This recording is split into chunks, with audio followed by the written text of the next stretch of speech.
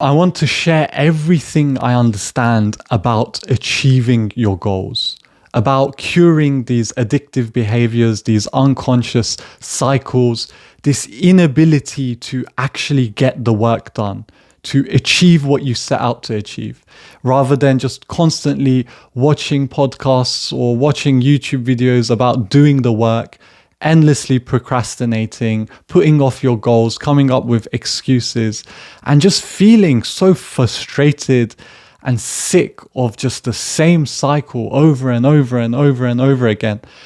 I'm going to share all my insights that I've gathered in bridging that gap between being somebody who doesn't do the work to somebody who does. So first, I want to really emphasize why. Why do you even want to achieve the goals? Why do we want to achieve the goals that we set out? Because if you don't, if you live a life where you're not making progress, you feel horrible. You feel like a loser. You feel like just there's something left to be desired. Like you feel this unfulfilled pit in your stomach, and you might have people that depend on you, people that need you to show up. The world might need you to show up and to achieve these goals and to actually make progress. You might not be able to help those people. So it might be your family, your future family as well. Like if you're planning on having kids, they need you to show up now so that their lives will be transformed in the future, so you can help them in the future. Because if you're drowning right now, if you can't make progress, if you're riddled with addiction, you're not going to be able to help anyone. And you're going to live an unfulfilled life and probably die with a lot of regret, just thinking, oh, I could have done this, I could have done that.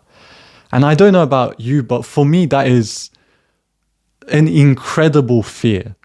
This fear that I'll be on my deathbed and I'll think to myself, fuck, I wish I just did this, or I did that, or wow, I really wasted my life. Like the last 80 years, I just didn't do what I set out to do. Like that, in my mind, that's not option. To get to that point and to feel that way is not option. It would be so soul-wrenching, so soul-destroying to have wasted my life. And it doesn't matter how many years you've quote-unquote wasted. The important thing is now. Like now, are you trying to improve? Are you trying to change? Because you only have right now. So there's no point worrying about the past unless you're at your deathbed. And at that point, there's no future. And you're going to have nothing to do but worry about the past if you feel unfulfilled. But on the flip side, if you've lived a rich life and you're on your deathbed and you truly, truly felt like you gave it all you could, you weren't always perfect. Of course you weren't. But you tried. You truly, truly tried giving it your all. And you know, like don't get confused. You know when you're trying and giving it your all. It's when you can go to bed at night and you feel like, okay, you feel relaxed. When you haven't given it your all and you try to go to bed, you're going to have insomnia, you're going to be thinking, you're going to probably have this pit of feeling of guilt and fear and just shame for not having pushed your limits on that day. And so we want to live a life where we feel satisfied, that we feel like the gifts that we have fully been given. Okay, so let's jump into what I've learned or what I've gathered about actually achieving the goals that you want to achieve, the goals that you set out to achieve.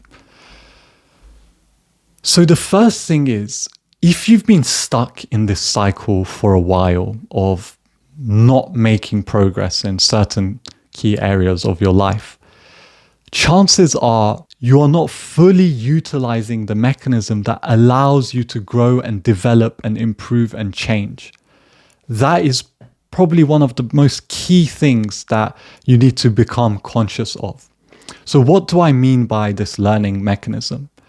So when you do a positive action, so an action that kind of supports your growth in the future, you get a good feedback loop. So maybe like 2-3 days later, you feel really good that you did that thing. So it's not instant gratification, but it's delayed. In the future, you get a feedback.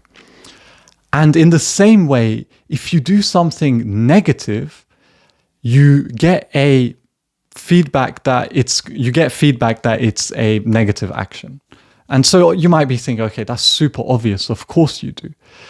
But what happens is, if you're not learning from your mistakes, that process has been interrupted at a certain stage. There's been a block in that process. So either you haven't done something long enough to get a positive feedback loop, so you've just purely been engaging in instant gratification activities, or, and this is the more likely one, or they're both equally likely, but this is a key one that you might not have considered, is that you've been distracting yourself endlessly from the negative consequences of your bad actions, so your instant gratification actions. I'll give a concrete example so it clicks in your head. So if you scroll on, okay, so let's say you scroll on your phone for like 2 hours, you scroll short form content, you will feel bad afterwards. That's undoubtable, especially if you're watching this video right now. You're the type of person that will feel guilt, you'll feel shame, you'll be conscious of the pain that that activity causes you.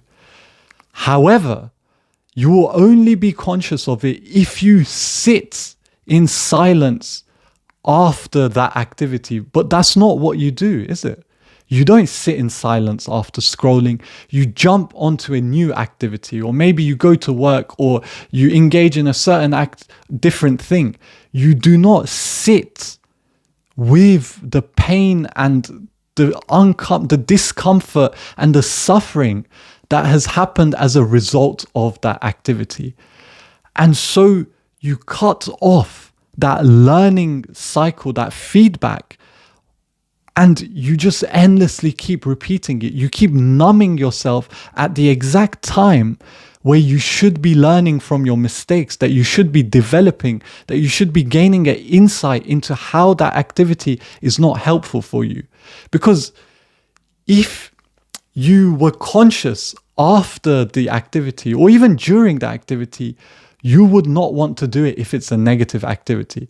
The way you can tell basically on what is a good thing or a bad thing to do is, can you remain conscious and present while doing that thing? Can you remain conscious and present after you've done that thing?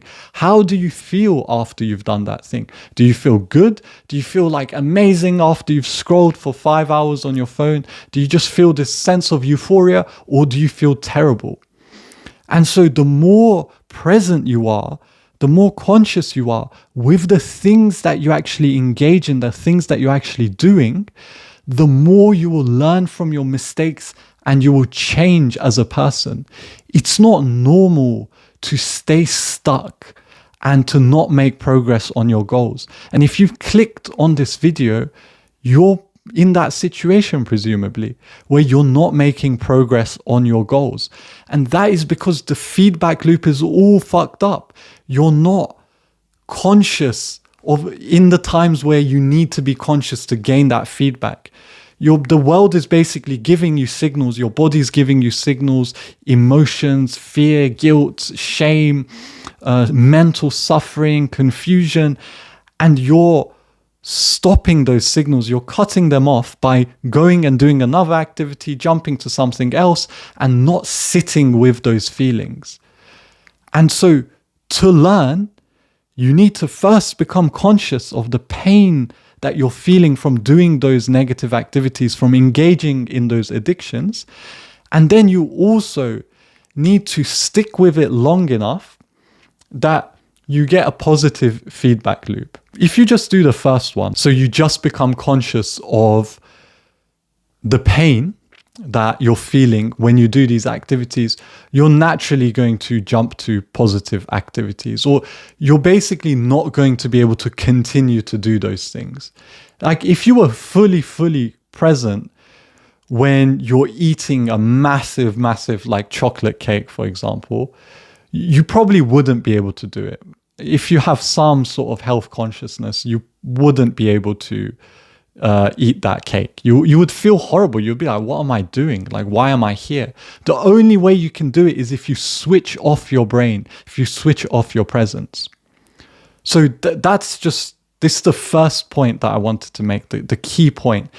You're not learning from your mistakes. That's why you're not changing, you're not evolving, you're not achieving your goals. That's why your progress has stalled. And just to tie it all together, a good way to actually start learning from your mistakes is to do a dopamine detox of sorts. Just cut everything out. Cut all of these negative behaviors out and see what you've been running away from. See what you've been distracting yourself from, and start really, for the first time probably in your life, learning from life. To not just numb yourself, to actually learn and be there and not be a zombie. So dopamine detoxes, meditation, sitting in silence for 5 minutes after engaging in an activity. These are all things you can do to start making more progress. So the other core things, the two things I'll cover in this video are limiting beliefs and your goals themselves. Your goals may not be aligned with who you want to be. So I'll start with the latter because it's a bit easier to explain. But a reason why you might not be making progress is because your goals might actually not create intrinsic motivation to push you forward. There might be a part of you fighting against achieving the goal. So you might not really want it. Maybe it's not a goal you chose yourself. It might not be your deepest purpose in life. It could be something given to you by your family or by society at large. And there might be a certain resistance to you achieving that goal. So you might be getting in your own way constantly because you don't actually truly deep down want to achieve that goal. And so what do? You stop yourself from achieving that goal. You self-sabotage endlessly. You procrastinate because there isn't an intrinsic motivation pulling you forward. So that's one that you really need to inquire in yourself. Why do I want the things that I want? Why am I actually moving into this direction? Why am I trying to achieve this goal? And I have some other videos that dive deeper into your motivations and just doing a motivational analysis. I might link it somewhere here. And the other last thing that I'm going to mention in this video is limiting beliefs. So you might have a correct goal. Your goal might be aligned. You might be trying to learn from your mistakes, but you might have these deep ingrained limiting beliefs, again, given to you by your environment, your family, your society. And these limiting beliefs might stop you from making any progress. So you might have the limiting belief that I'm not somebody who should have a lot of money or can have a lot of money, or money is evil, or money is unspiritual, it's something that corrupts the soul. You might have all of these beliefs and they might be ingrained by your parents. And these beliefs will, again, cause you to self-sabotage, stop you from achieving your goals if your goals like conflict. So for example, if you want to own a successful business, but you have this limiting belief that charging money for something is inherently evil and bad, then what's going to happen is you're going to constantly sabotage yourself. Every time you go to ask for money for your product or service, you're going to have this feeling of guilt and you're going to stop yourself. You're going to resist, and people are going to feel that resistance. And it might even be the case where you don't even start the business because the belief is so deeply ingrained that you don't even want to begin. You just want to stop yourself at the door because it's just too scary to go forward. So your limiting beliefs can really, really shape and stop your progress. Or for example, let's do another one, a common conflicting limiting belief. So a goal that people have is, oh, I want to lose weight. But they have this deep limiting belief that they can't control themselves, or that they are a victim, or they have to cave in when there's nice food. Like, of course I have to eat that nice food. Like, of course, like it's completely natural. Like, why would I not? Like, they have this goal in their head of wanting to gain weight, but they also have this limiting belief that like they are a slave to their desires and their foods.